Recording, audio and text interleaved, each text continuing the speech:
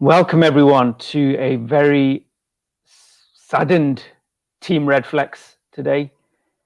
Very disappointing result for Manchester United. Opportunity lost.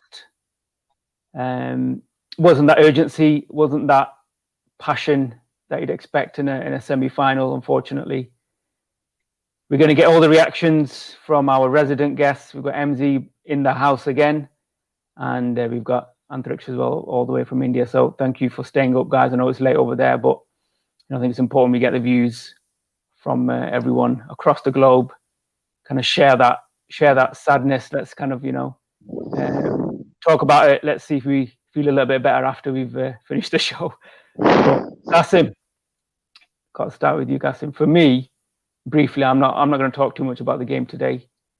I thought it lacked urgency. There was a lack of quality up front. Wasn't that kind of feel of a semi-final. The players didn't, just wasn't that passion, that kind of energy, you'd expect in this type of game. I know City had lots of possession throughout the game, which they do in a lot of the games, and they weren't that threatening. I know, they had a couple of chances. They scored off their first opportunity in the match. So, for me, it's an opportunity lost. How do you kind of sum it all up? I think Solskjaer bottled it right from the start. You could tell that it was in his mind that we'd lost 3 semi-finals.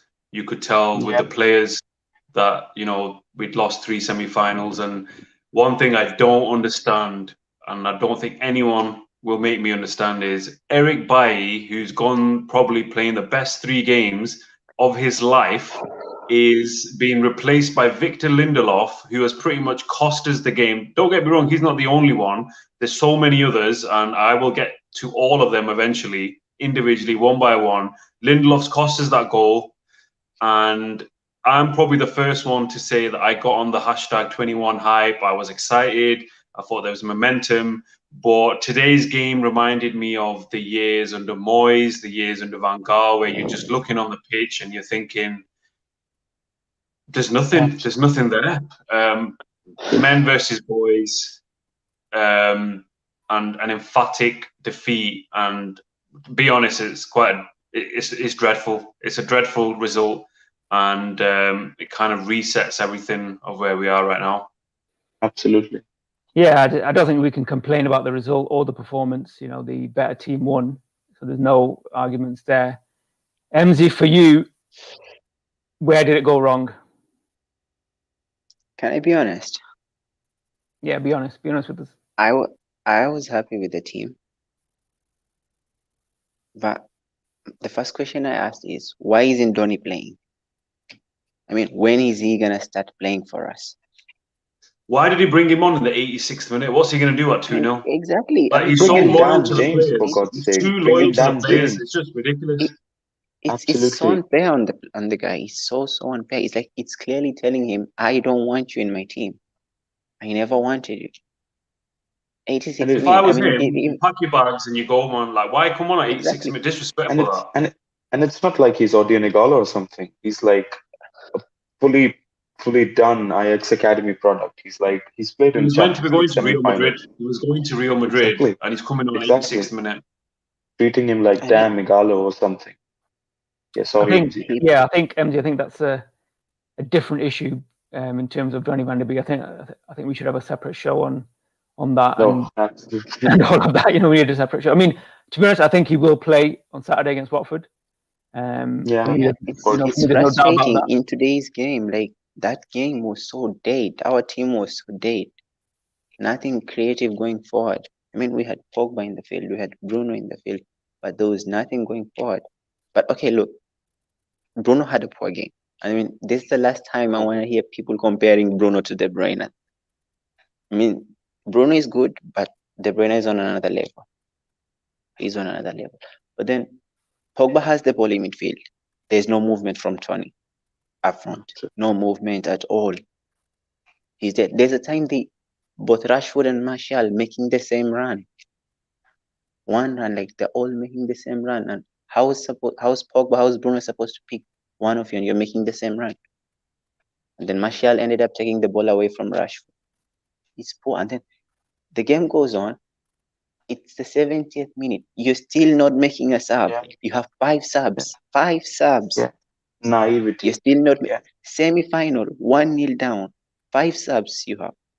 You don't even make one. You make one and what, 80th minute. Yeah, you're right, Mzee. You're right. There were. I was going to get onto that about the subs, but Antriksh, for you, is there anything different you want to say apart from what we've already said?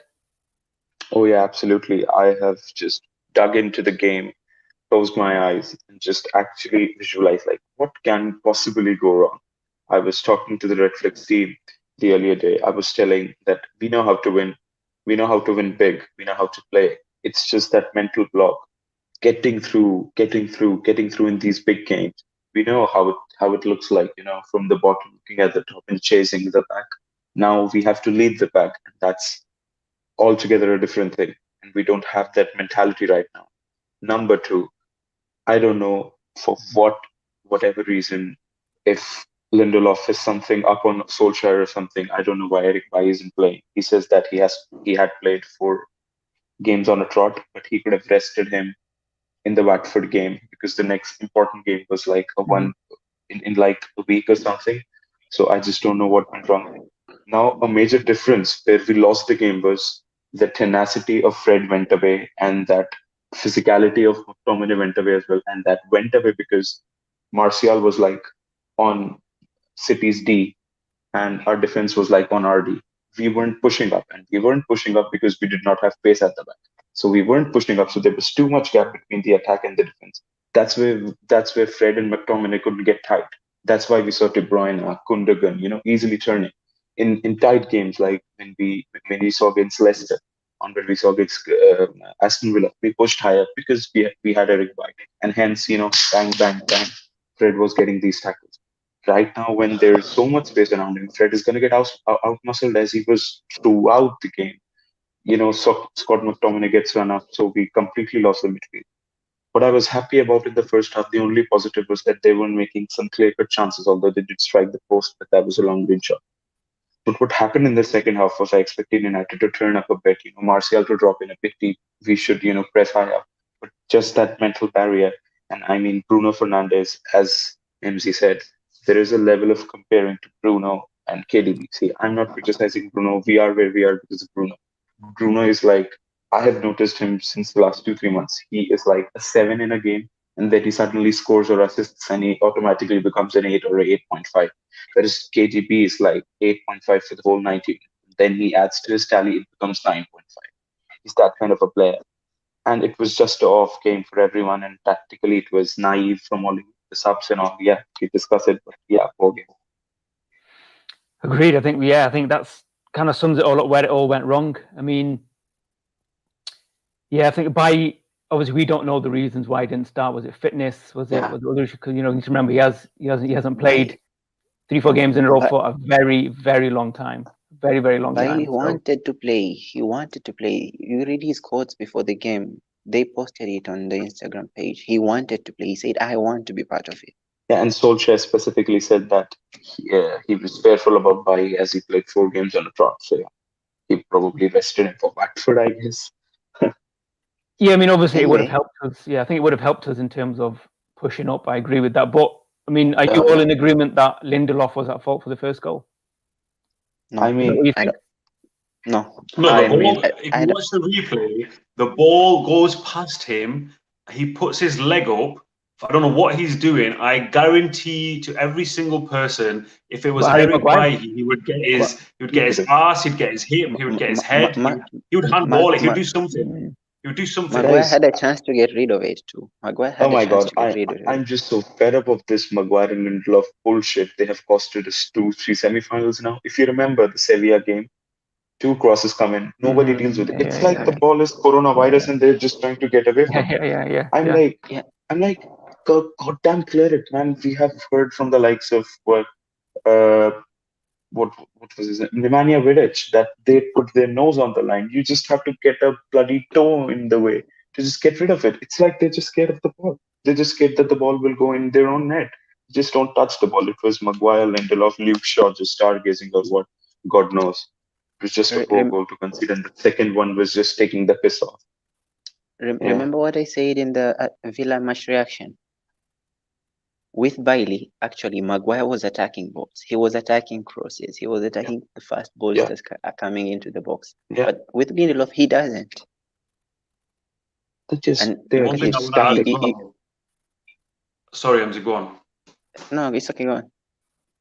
No, I just want to say that we're focusing on Lindelof, but I thought wan-bissaka was a disgrace today. He's so going forwards, he does nothing. For the second goal, he heads it out literally straight to Fernandinho. So many times, one ball, they were in behind our fullbacks. You're playing with two defensive midfielders, yet there were so many times they were running at our defense with only 4 players. Explain that to me, someone. How can that happen when you're playing with 2 defensive midfielders? That's what I said, Gaz, because we were too deep. If you recall De Bruyne's shot, I was like, De Bruyne was here, and then 2 defenders. Maguire went in and then went back, because they are being coached negatively for this game that you don't need to attack the ball. City are going to come at you. You need to stay back. You need to stay back. And that's when De Bruyne took the shot.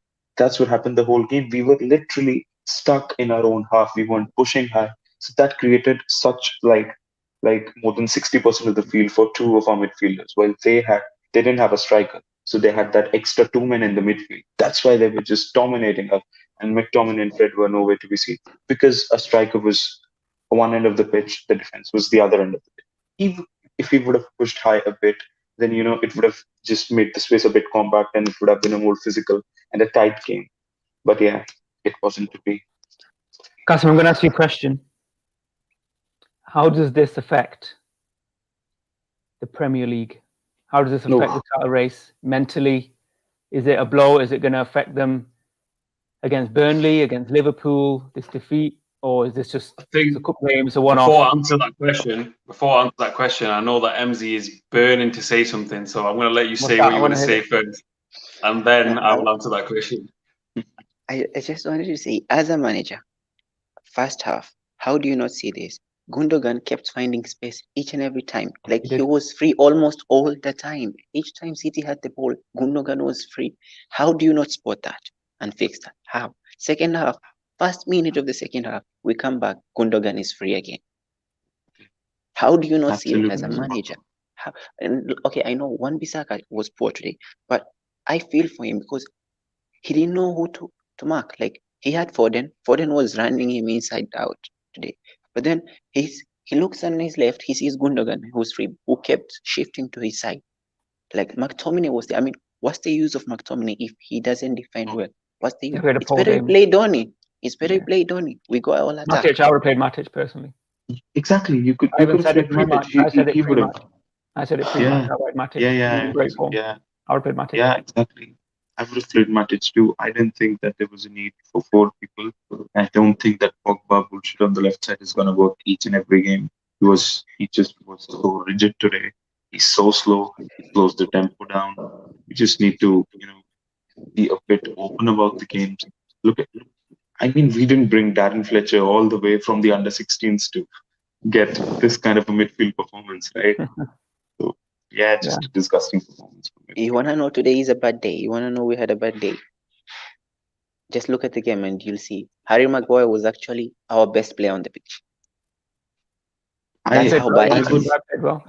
That is how bad it is. Harry Maguire. That slab head, I'm sorry, but he just pisses me off. He just pisses me off when he doesn't attack the ball. 85 million. But skipper, I think English, defensively, like 7 whatever City brought at him during the game, he dealt with it. Just the set pieces when he was poor, but throughout the game defensively, he was good. Yeah, for me today, Luke Shaw was our man of the match. For me. Yeah, he played well. I thought he played well. Luke Shaw was good as well. I agree with that. I think he drove the ball forward. wan-bissaka just did nothing. Qasim, going back to the question, how does this affect us going forward? Oh, we just went. I think the most disappointing thing, which is that you have to take forward, is that not once did I see any person, make a tackle. Not once, show that passion. And obviously, it's got to do with Antriksh. So I'm concerned. I was very optimistic, thinking, we're showing glimpses of consistency. We're not showing, that bad performance in us that was always kind of lingering over Ole and the team, you'd think we'd kind of gone past it. But I think we are a million miles away from winning the title, and we should just enjoy Man United being, more consistent. And I think finishing second would be a progress. Yeah, I mean, I've always overachieving. I've always said start of the season for us to make a challenge to go deep into March is good enough, because we're not. We just remember start of the season. We were not expected to be in the position. We're not expected to make a title run this year. Maybe next year, the expectation would have been there. This year, it's not. So, let's. You're right. Let's enjoy where we are. Let's see how deeply we can take Liverpool. But I don't think there's any point or any need to say we're not winning the title or it's not going to happen. We're a million miles away, because at the start of the season we already knew that. So, let's just enjoy where we are. Let's see how deep we can take Liverpool. Obviously, we're out of the cup. For me, winning it would have been nice. Would have been great. But is it the end of the world? Not really. I'm not too bothered. We could have got to the final and lost to Jose's Tottenham, and it would have been, we lost, blah blah blah. So, it's one of them things. We move on. Hopefully we'll beat Watford. Let's beat Burnley. Let's go to Anfield in some decent form, and let's see if we can put some pressure on Liverpool, and let's see if we can kind of make up for today. Let's put in a decent performance against Liverpool. And then we'll just take it from there. Mzee, I'm gonna ask you your man of the match and your worst player of the match. I think there's plenty of contenders for that. Worst player of the match, Manchester United. The whole team. Pick one, Mzee. Pick one for me. I think Luke Shaw is good. Yeah, so I agree with that. Take the man of the match. Yeah. Worst player for you? Tony. Yeah, he was poor. Tony Marshall, he was. I mean, there was a ball driven into him by Greenwood in the last minute. Take it first time. Why are you taking so many touches?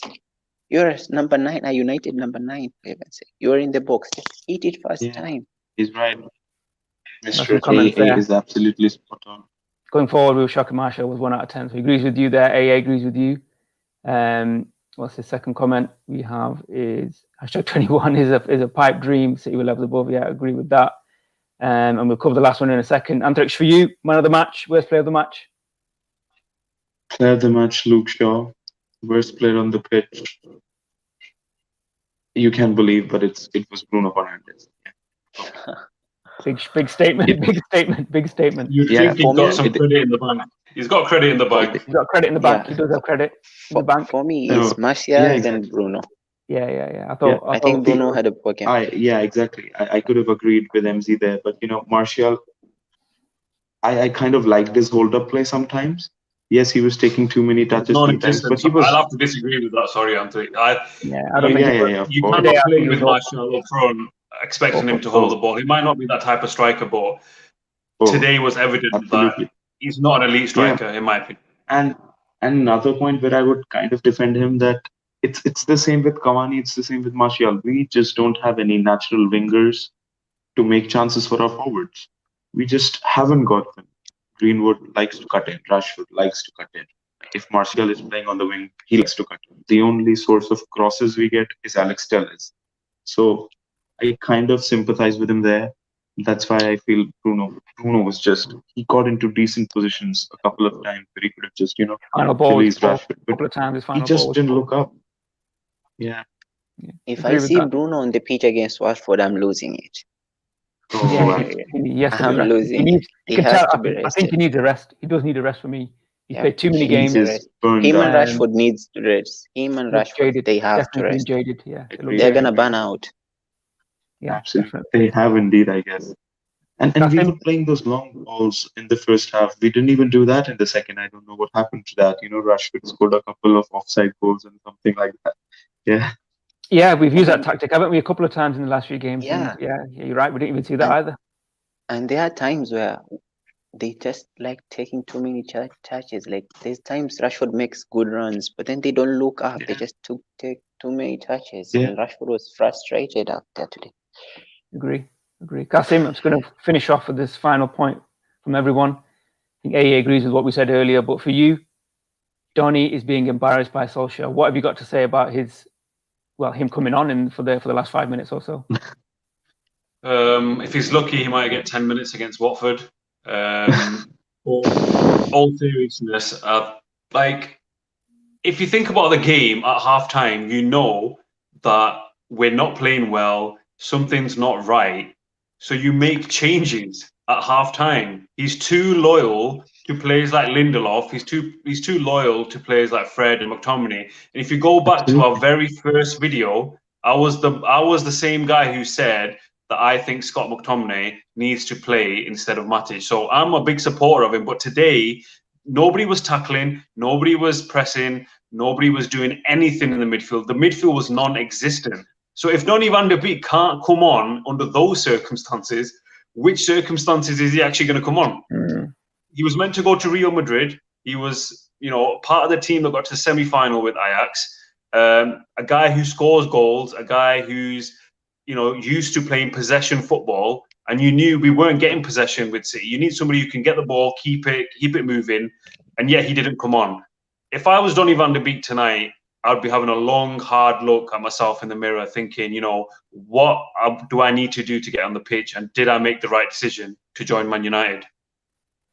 Absolutely. Very quickly, Mzee, have you got anything to say to that? Yeah, I think I read before the game, his national team manager spoke today, and he was like, if I'm Donny, I'll go and sit down with the team and ask them why you brought me in and what do I have to do to get into the team, or else I pack, you rent me out or sell me. That's what he said. You don't agree with that? Antriksh? How do you? I mean, yeah. I mean, in the older times, it would have been disgraceful, and Alex Ferguson would have just chokeslammed the manager out of the park. But the game is this right now. Donny van de Beek came in, he didn't start 2 games. Yeah, Donny van de Beek came in, he didn't play 2 games, and then his agent spoke up and said, I think he might have made the wrong choice. The game is this right now. You cannot just disagree. Yeah, it was disgraceful seeing. Actually, in the 87th minute, I would have fancied Daniel James to come on. I mean, that is the level of embarrassment that goes on when you bring on Donny van de Beek in the 87th minute. You don't know. A very poor performance, just, nerve-wracking. All the positivity sucked out. Yeah.